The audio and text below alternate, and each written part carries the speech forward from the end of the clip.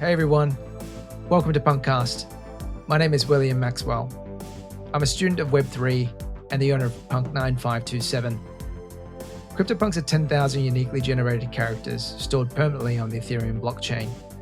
No punk is the same. This is a show dedicated to celebrating the punks behind the punk. My hope for this podcast is that we capture the essence of the punk culture, elevate the brand and the individual behind the punk. One last thing. Projects discussed on the show is not financial advice. Crypto and NFTs are a volatile and risky asset class. Please always do your own research. Other than that, let's go. Hi everyone, welcome back to another episode of PunkCast. Today we're back with a special episode with a rare punk claimer, Punk4527, with two attributes, the blue bandana and the highly sought after VR. Besides being a punk OG holding 7 punks, he's a gen art collector and entrepreneur currently building Metamadelabs and a premium NFT apparel line. Please welcome Rodo to the show. Rodo, how are you, man? Yeah, I'm good. Thank you. It's nice being here. Thank you for having me. Yeah, of course. It's been a long time coming. I think I reached out when I first started PunkCast, but I think our lives just got in the way and couldn't sort of make it happen. So really glad that get the opportunity to sort of unpack your punk story today. Yeah, likewise. I feel like we got a little bit sidetracked, and I definitely should have been early on the podcast. At least that's how I feel about it. Been following the podcast for a while, and I think you're doing a great job there. So yeah, excited to be here. Awesome, thank you so much. Well, why don't we get right into it? So the first question for you is, how did you come up with Rodo? What is Rodo? What's the meaning or significance behind Rodo as a handle? Yeah, basically Rodo is it's just a nickname. I think I already had it when I was in high school, maybe a little bit after that. But yeah, it's the nickname I've used for a long time. I actually used a different pseudonym when I first started in crypto, but I switched it back to this one. Yeah, and I've used it ever since. Nice. Oh, well, welcome, Rodo. And I guess being a punk claim, I think we've got a fair bit of stuff to talk about. But I'd love to sort of really, get to know you and a bit about your background before we get into the crypto side of your life. But it'd be great if you could share, I guess, a little bit about you in terms of where you grew up, what you studied, and the like. Yeah, sure. So I grew up in Europe. I still live here. I work professionally like in the online business, in e-commerce, done quite some jobs for bigger companies where I manage the online platforms, always been responsible for revenue streams, and working on optimizing those platforms and making sure visitors convert more. That's what I've done for a long time, basically until 2 years ago, when I started my full-time crypto journey. And before that, I always had an interest in crypto. I think I bought my first Bitcoin back in 2013. Always tried to trade Bitcoin in order to make more.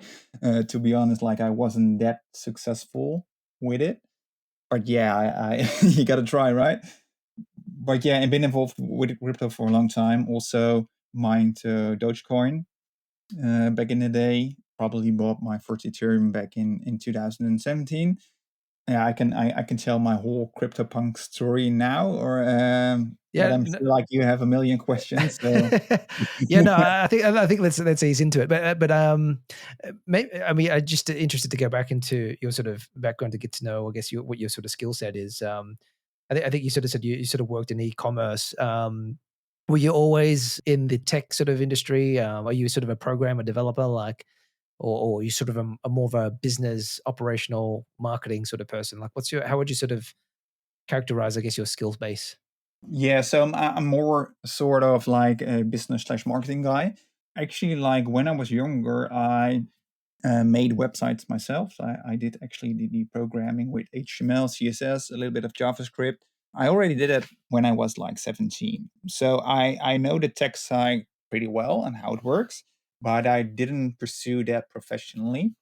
I always worked closely together with programmers and designers as well. But yeah, my role was always more like being responsible for the overall platform. So not really a specialist, but more a generalist. Got it. And I guess, growing up, what sort of drew you to, I guess, building your own websites and your interest in, I guess, the overall internet? Was there anything that sort of triggered that? It was so interesting because everything was new, right? It was like something that didn't exist yet, and I always found it really interesting to just look at different websites and how they were built and analyzing them.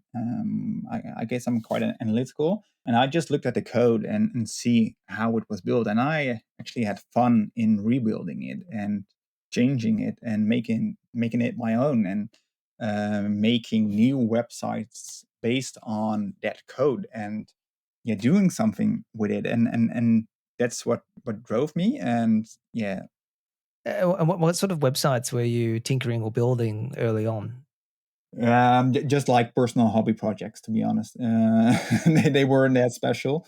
Just like the regular stuff which you're into when you're younger, like music, for example. But I think I got my first like professional assignment when I was 17. That's when I made my first website for a company, actually. Nice. And and were you much of a collector growing up? Did you collect art or have an interest in art and or collectibles? Well, art not that much, to be honest. Like I did collect when I was younger. I actually collected like stamps when I was really young. And after that, I collected like these phone cards. I don't know if you remember, but like there used to be like Yeah. these phone booths in the street. It's kind of weird right now, but yeah, and you needed to have this phone card. And I, with a friend of mine, we both collected them, and yeah, it was fun. I don't think they're worth anything right now, but it's just something that's fun to do when you're younger. Yeah, that's cool. I mean, phone cards is a real blast. I think that was like a sort of technological breakthrough from what I remember, right? I think sometimes you would forget coins, and then they came up with a phone card where you could, prepay it with amounts, so you could use those public phones, which is kind of cool. But what was on the actual card itself? Were they pieces of it? Was there art animations on the? What was sort of interesting about collecting phone cards? Yeah, yeah. I think like basically they all had different designs, so it was fun to like collect all the different designs. And I guess like there's also a bit of variety involved with them in a sense that some were more expensive than others, so they were harder to obtain.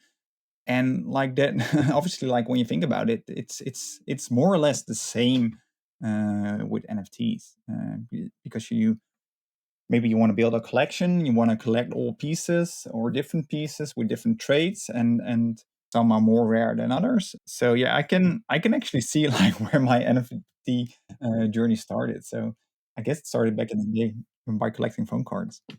Fascinating. I think that's why I go back into some of the background and dig in, because I'm just trying to sort of see, what sort of sparked, I guess the transition to NFTs and I guess the real passion for the sort of space. But I think a lot of punks have come through a similar journey, collecting comics, basketball cards, sports cards, memorabilia, some even with art as well. And I think that sort of transcends its way into NFTs at some stage.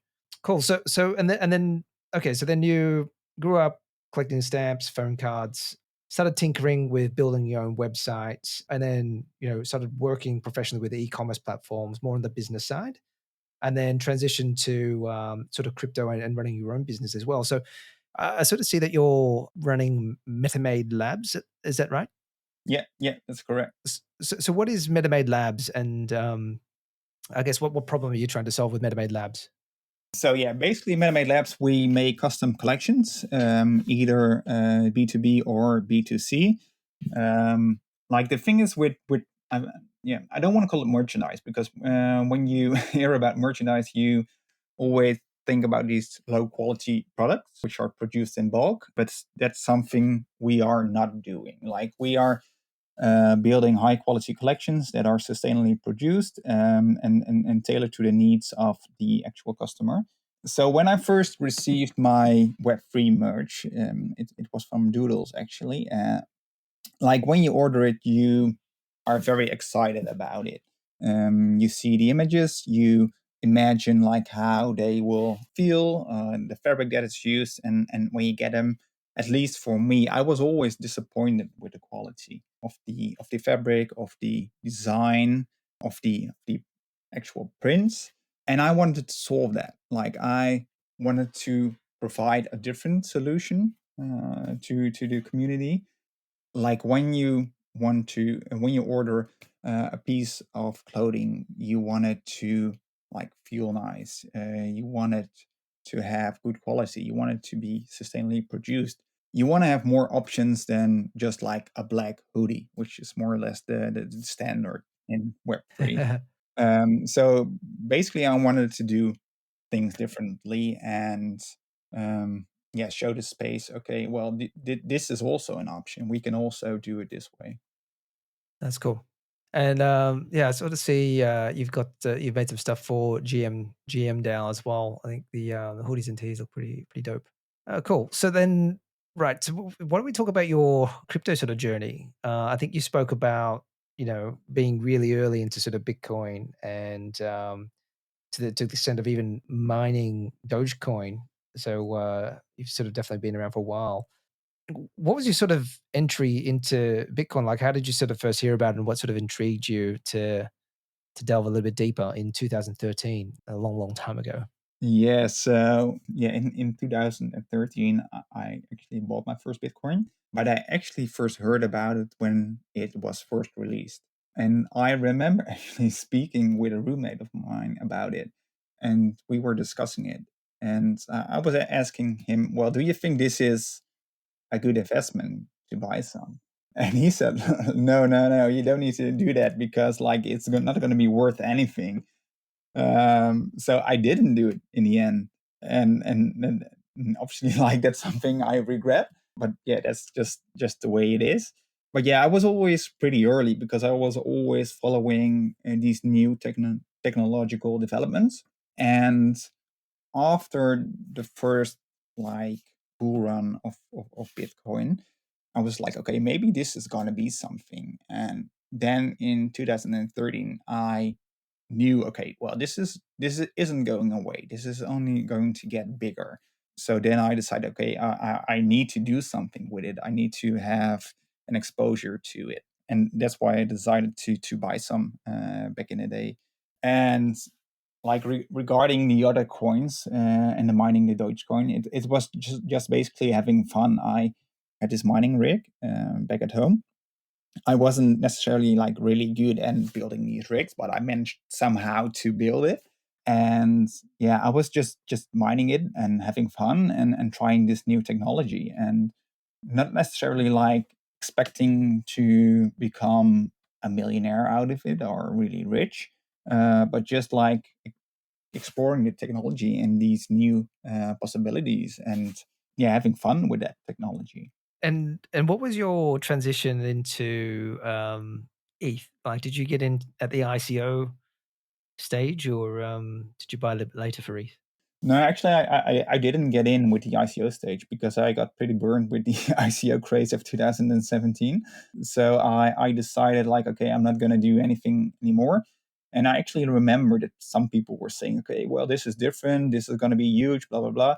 But yeah, I didn't got in back then. But yeah, luckily I found out about CryptoPunks, and I found out about them in this Mashable article. Came out like in June 2017. And for me, like I had the same feeling about CryptoPunks slash NFTs. Like obviously the term NFT didn't exist back then, but I felt like okay, this is something unique. Like this is something that could change the world. Like it's the same feeling I had when I first heard about Bitcoin, and that's basically why I decided to claim some punks. It wasn't easy back then because you had to have some technical knowledge. You had to know how to mint from contract. So yeah, I basically I learned that myself in like probably 1 hour. so that I was able to claim a couple of punks. That's crazy. So it sounds like the Mashable article inspired a few punks to sort of claim as well. So I have actually had Jason on PunkCast a few episodes ago just to sort of talk about what it was like back then. But but I think when you sort of talk about, you had this feeling that it was going to be something special. Like, can you sort of describe what it sort of meant to you, or what you were sort of thinking at the time, and what ultimately led you to put some action towards it, to actually claiming or investing some time towards it? Yeah, I think like it's the realization that like the provenance and the art is online, and the provenance of the art is online, and that it can be traded without friction. Like I could sell it to anyone everywhere in the world, and also the fact like that everything is becoming more and more online. Like for my generation, it's not even like that much, because we grew up when internet wasn't around, when like you didn't spend your whole day on a mobile phone or even on a computer.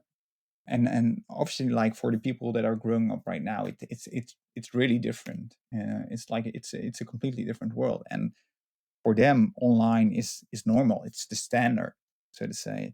And basically like that realization that everything is moving online, yeah, that's what made me had this aha moment, and realize, okay, this is, if we're going to put like art online, you can see the provenance and you can trade it without friction, then yeah, quite possibly this is going to be something. And quite possibly you made a really great great bet there. I'm just looking on your Twitter now, and I think your pin post dated 18th of June 2017, and it reads, "Definitely the most fun execution of Ethereum contracts I've seen. Hashtag CryptoPunks." And you've got the link to CryptoPunks. So that was literally like a few days after the contract was released. But I guess from your side, could you describe your process of going through and claiming punks as much as you can remember? I always find this question really interesting because, I've asked Hemba and B and Tony Herrera, and they've always had very different approaches to it.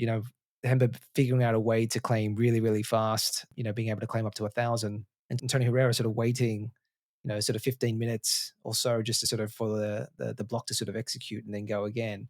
But also, I'd like to really understand, I guess, your selection process as well. How you went about selecting which punks you sort of chose. So that would be great to sort of unpack, I guess, for the listeners here. Yeah. So I remember actually going to the website, and the website isn't the same as it currently is, obviously. But there was this huge grid of all the punks, and the grid had different colors. So you could see which punks were already claimed and which were free to claim. There wasn't any rarity yet, like any official rarity. So you just had to look at the punks and find out which ones you liked and wanted to claim.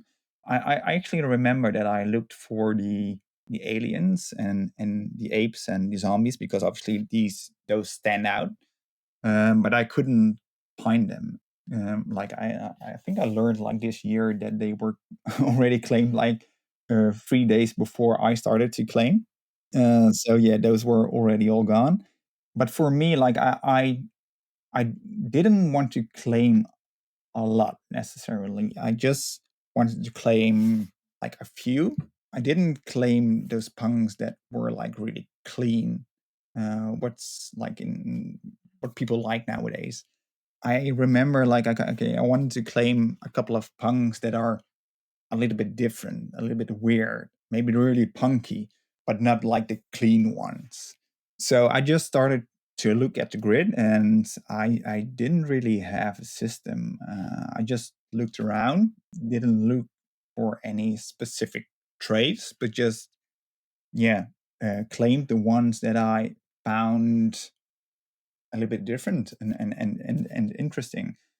Actually, like the first one I claimed is an albino punk with a VR and a mask, which I still own.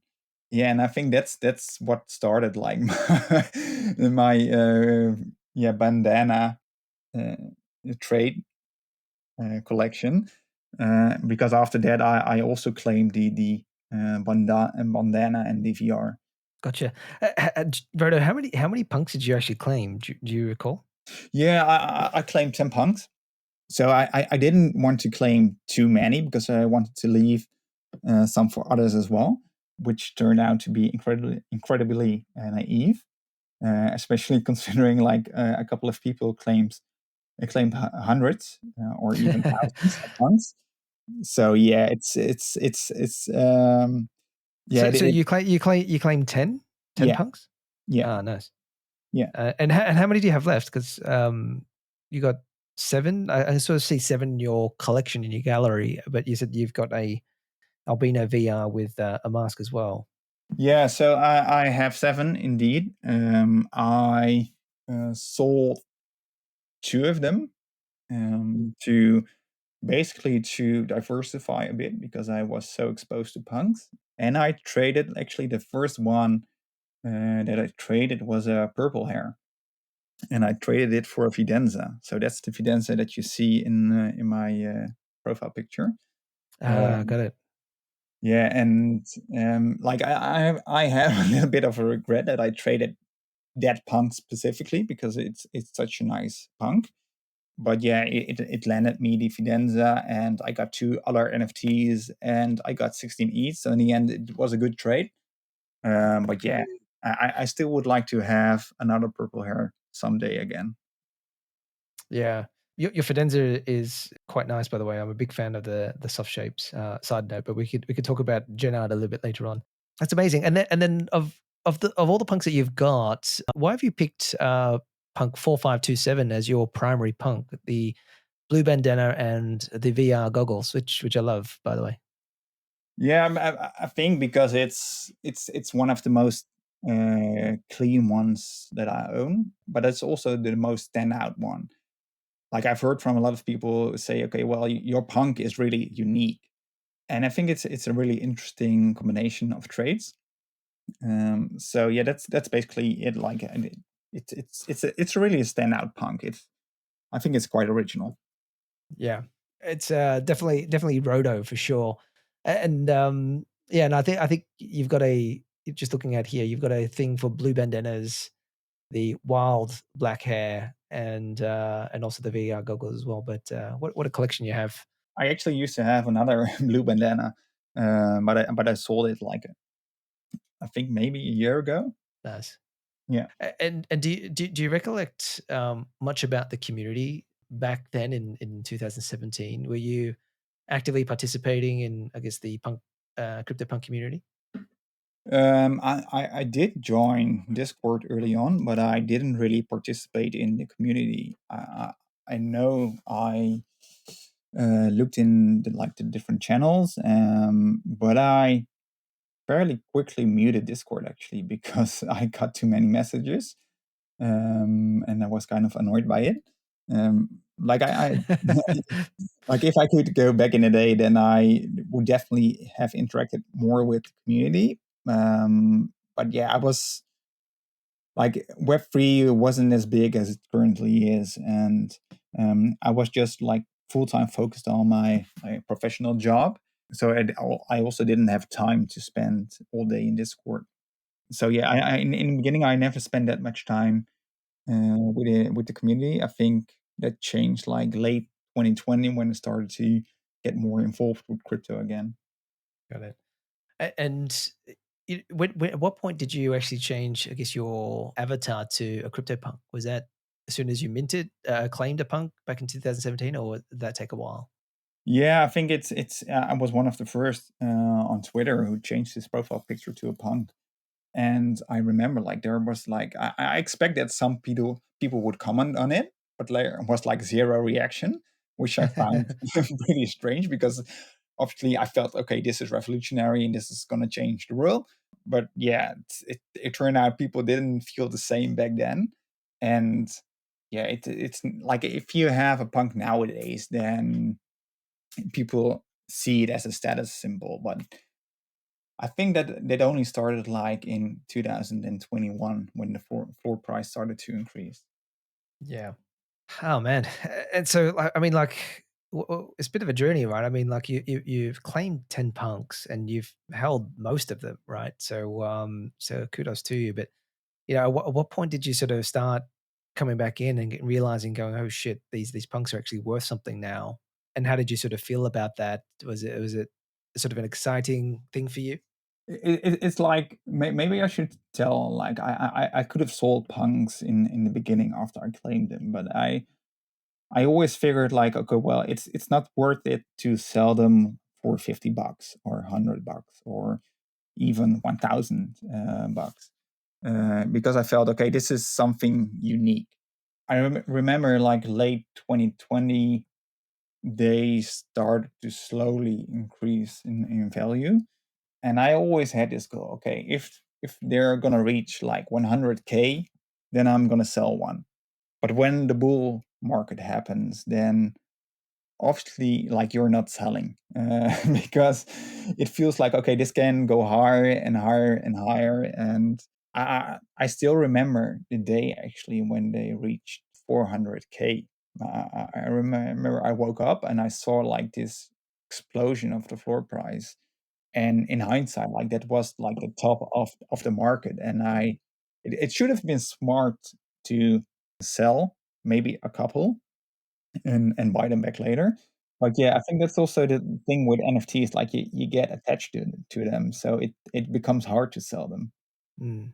Yeah, especially with punks too. I do remember that time, and it sort of felt like, you know, they were so bullish on punks. We felt like it was going to go to a million. Yeah, You know, I think it sort of hit 50K pretty quick, and then it hit 100K, yeah, 150K, 200K, yeah. 250K, 300K, and it just felt like shit, guys. We're going to go to a million here. So yeah, I think I could sort of feel that. But in hindsight, yeah, I think ideally it would have been nice to take some off the table and buy back in. Yeah, yeah, definitely, definitely. Like, I don't have any regrets because I do think that punks will do really well long term. So, like, it's going to be okay either way for punks, and I think people have really realized that this bear market, because punks have been relatively stable, especially if you compare them to other profile pictures. Even though I don't see punk as a profile picture project, obviously, it's like punks are an art project, and that's also the reason, I guess, why they have done really well in this bear market.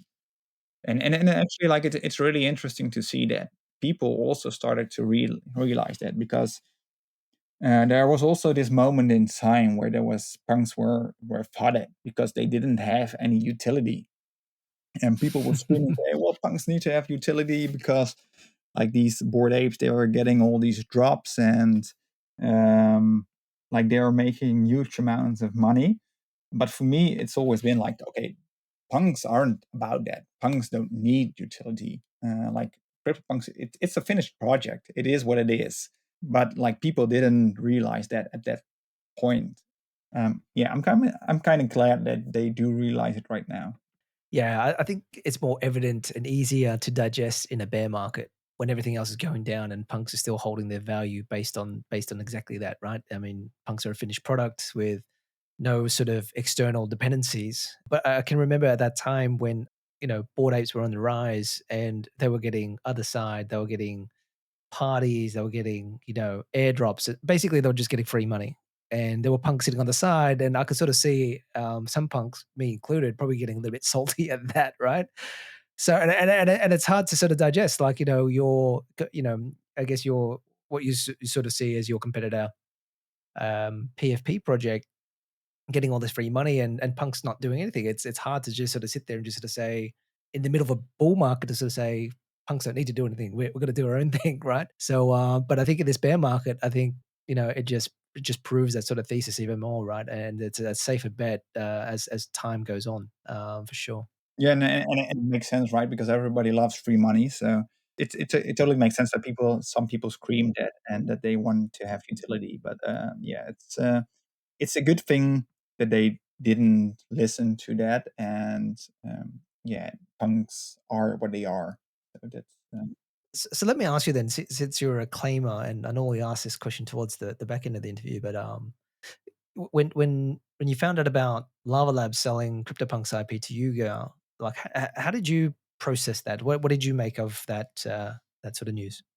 I think, like at that time, I found it to be positive because there was a lot of fun about around punks. People were like really expecting Larva Labs to step in and at least like communicate around punks, and it was pretty clear like that punks became so large that they couldn't or didn't want to manage them because like basically like punks became larger than Larva Labs.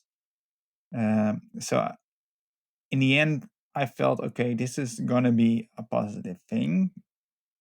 So I like obviously like it all depended on how Yuga was going to treat punks. But they released a statement and they were saying, okay, well, we're gonna like treat punk respectfully with regards to their history. We aren't going to give them any weird utilities such as an other side deed or a dog or whatever. Like punks are what they are, and we are going to respect that. And I think that was really important. But I felt like the situation with Larva Labs, yeah, it was kind of difficult for them to manage it. I felt like okay, it was doing more harm than good for punks. Fair comments. And given where we are now with, I think almost a year and a bit into, I guess being owned by Yuga Labs, or the IP being owned by Yuga Labs, what would you sort of see would be a great outcome for CryptoPunks going forward? Yeah, that's a tough question because like obviously like they don't need to do anything with punks. I would say okay, that the most important thing is to make sure like that the legacy of punks like it continues to exist. And one of the most important things also related with my background is actually like maintaining and updating the website, the CryptoPunks platform. And that's where I feel that Yuga can do so much more. Obviously, like I've with my background, I've done a lot of customer research, I've done a lot of improvements. I know that like when you have a website, it's never finished. And basically, like the if you look at the platform right now, it's the same as it was when they took over the CryptoPunks. And I really feel like okay, they should do more with it. Like there's a huge opportunity there to like not only improve the user experience, but actually also broaden the audience for punks. Like for example, add translations to the website. For me, those are a no-brainer to do. Like you can maintain the legacy and at the same time like make it better. You can like thoughtfully improve the website. And I feel like okay, that's something they should be doing, but they aren't. So that's I'm kind of disappointed with you guys in that. Yeah. No, fair comments. I think finding alternate ways to attract more attention and interest towards the CryptoPunk website would be sort of a simple win, right? And what about just talking a little bit further now, and especially since you're a claimer, how do you feel about V1 punks? Yeah, like I wasn't around when they like released a new contract. So I only learned about them in December 2021. And for me, like they have never been that interesting, to be honest.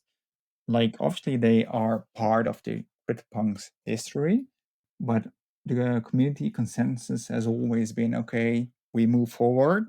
There's a new version now where you actually can't steal the funds if you if you sell a punk. And actually, I had to research my wallet and I looked into them, and I found out I had 10 V1 punks. And for me, it was a way to actually take a little bit of profit on punks without selling the original punks, so to say. So I sold a bunch in like late 2021 and 2022 because I didn't feel like, okay, they were that interesting to have. For me, also the narrative, like, okay, well, you need to have this full set of a V1 and a V2, and then you're complete. Like, I find it nonsense, to be honest. I only hold like one VR, V1 right now, and that's the 4527, my profile picture. Like, I'm not gonna sell that one, but I've sold all the other ones. Gotcha. Super interesting to hear everyone's takes on V1s too, and obviously it's part of punk history and punk culture now as well. But really sort of interested to get your sort of take on it too. So that was good. Maybe to elaborate a little bit more, I think like the reason why we saw a rise of the V1 punks is because some people obviously like had a huge financial incentive to push that narrative, and that's also one of the things that put me off. Why I didn't find them that interesting. I get that. I get that sort of sentiment too, and yep. And if money wasn't an issue for you, Rodo, like would you have like a dream punk in mind?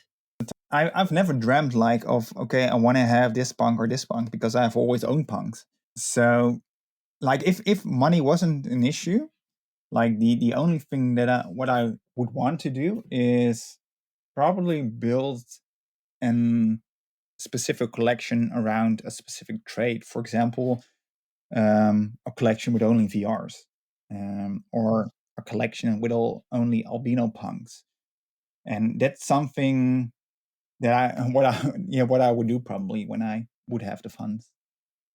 Got it.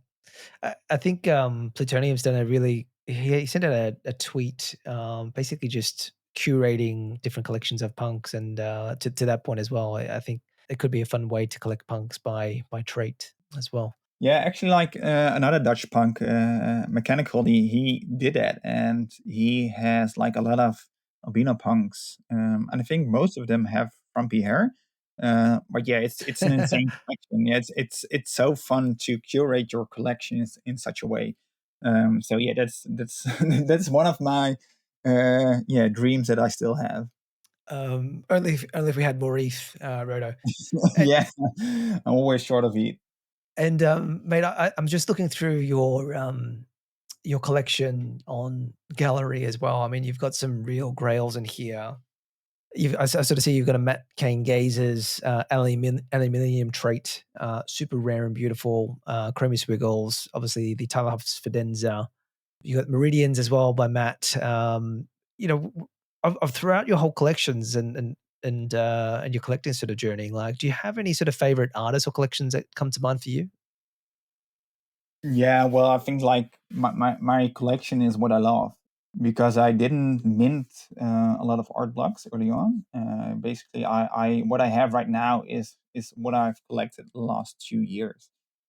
So yeah, you know, I love my squiggles. I love my Fidenza. I love the Gazer. I love the Meridian. Also, really looking forward to the reveal of Winds of Yawanawa by Rafik Anadol.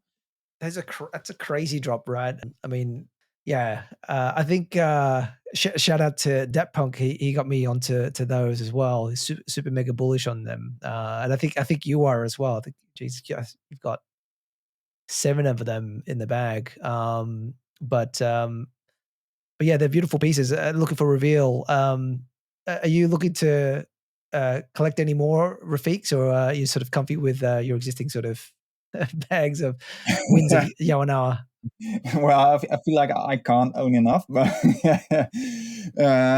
yeah, I will get one more actually, and that will be, I already paid it, but it will be dropped to my wallet on September 30. So yeah, like everybody is super bullish on Rafik and Adul, and I think it's totally deserved because if you look at his work at the MoMA, like everybody is mesmerized, and basically this collection, it gives you the opportunity to have such a piece in that style in your home, and like everybody that I show this piece, they say, okay, well, this is amazing. Okay, I want to have such a piece as well. Actually, my wife said, okay, maybe we should have a screen in our living room so we can display this artwork. And she never said that before about any other piece. So, That's a win. yeah, that's definitely a win, and I think that says something about the art and how much it speaks to people. Rodo, would you mind just for the I guess listeners that aren't familiar with Rafik and Wins, are you able just to provide just a high level summary of who Rafik is and what the actual project's about? Yeah, sure. So Refik Anadol is an I think he's a Turkish/American artist who uses basically data to create artworks. So how he typically works is that he collects a lot of data and then uses AI to display that data in different ways. And specifically for the wins of Yawanawa drop, he works together with the Yawanawa tribe, and they did a lot of measurements in the village, the wind measurements, and I think also some other ones as well. And they combined that with the art of the tribe. Um, and what you're seeing right now, when you look at the collection, is just like one of these tiles that will be in the collection. But there will be like, I think, no, I'm not sure, so I'm not going to mention the number, but there will be a different number of styles within the collection. So yeah, it's really awesome because it's like those are such mesmerizing pieces. So yeah, I'm really looking forward to the reveal. I'm with you, man. I haven't been excited about a drop like this in quite some time. They are absolutely stunning pieces. I mean, just visually stunning. Just the colors and the textures that he uses on there, and more importantly, I think these are going to be unique one of ones because I think in the past Rafik has only done editioned drops as well. So like to come out with one of ones, which all Yeah, come so, with so a physical print. Yeah, Yeah, and I think one of the reasons why people are bullish because there isn't something comparable with this, like having a collection of 1,000 videos that are all unique. And also, like what you said, like you get a print for free included with the NFT, and I think that's already worth it, right? When they were first released, they cost like 2,500 USD.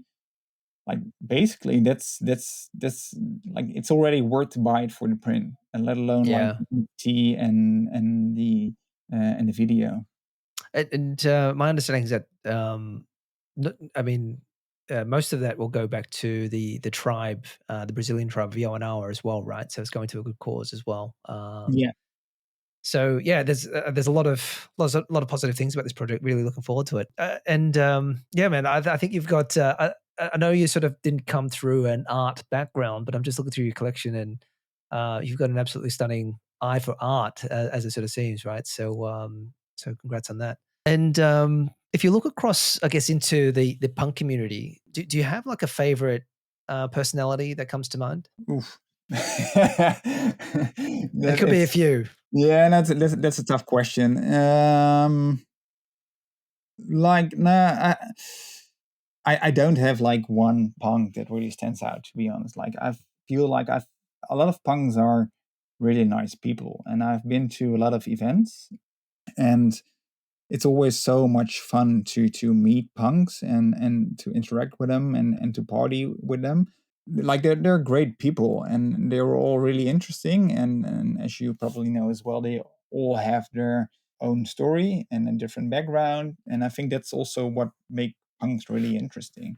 But yeah, if there's not like a favorite punk of mine, it's like asking, okay, who's your favorite son? That's how it feels more or less. Well, maybe not favorite, particular favorite punks, but like, are there sort of punks that you sort of appreciate in the space for what they're doing, and I guess your relationship or engagement with them? If there's none, I mean, no need to sort of name them, but I thought it might be good to shout a few Well, out. yeah, well, I think like the interesting thing is that a lot of punks are builders. So I think that all the punks that are building are contributing to like the NFT space, or even like broader than the NFT space, and that's something I value, and that's also why I started a company, because I also wanted to contribute something to the space as well. Like obviously like 6529 is a huge name. He has a huge appeal. So I think he's doing like a really great job for punks. But like there are so many who have built, and also all the artists that are punks. Like I couldn't name some, but I feel like okay, then I would do others short because I didn't name them. But yeah, I feel like everybody who's in general like contributing to the space in a positive way. Gotcha. Yeah, that's something I really appreciate. No, likewise. And what about if you were to describe punk culture in a few words? How would you describe that for you? Yeah, like one of the first things that comes to mind is the one of us image. Like when somebody is new, we always comment that. Um, and I think that says something about the community, like how we treat new people and welcome them to the community. But I think one of the most important things of punk culture is like the entrepreneurship, like what I said before, like that people are building and improving the space and pushing the space forward. And I think that's an important part of punk culture, and also that we are always open to support each other and to help each other. Yeah, I think that's a really important part of the culture. Nice, well said.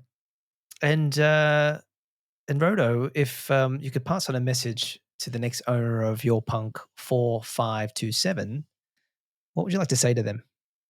I would say take good care of him, my son, because I'm never going to sell him. These are going to be like passed on to my sons. Like by then they will know the history, obviously, because I've told them like probably 1,000 times already.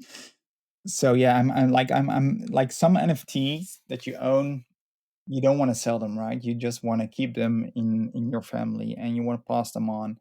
And that's something that I will definitely be doing with this punk. Nice. He's I'm sure he's going to be extremely lucky once he realizes what the punk is. Rodo, this is super fun. Thank you so much for joining Punkcast.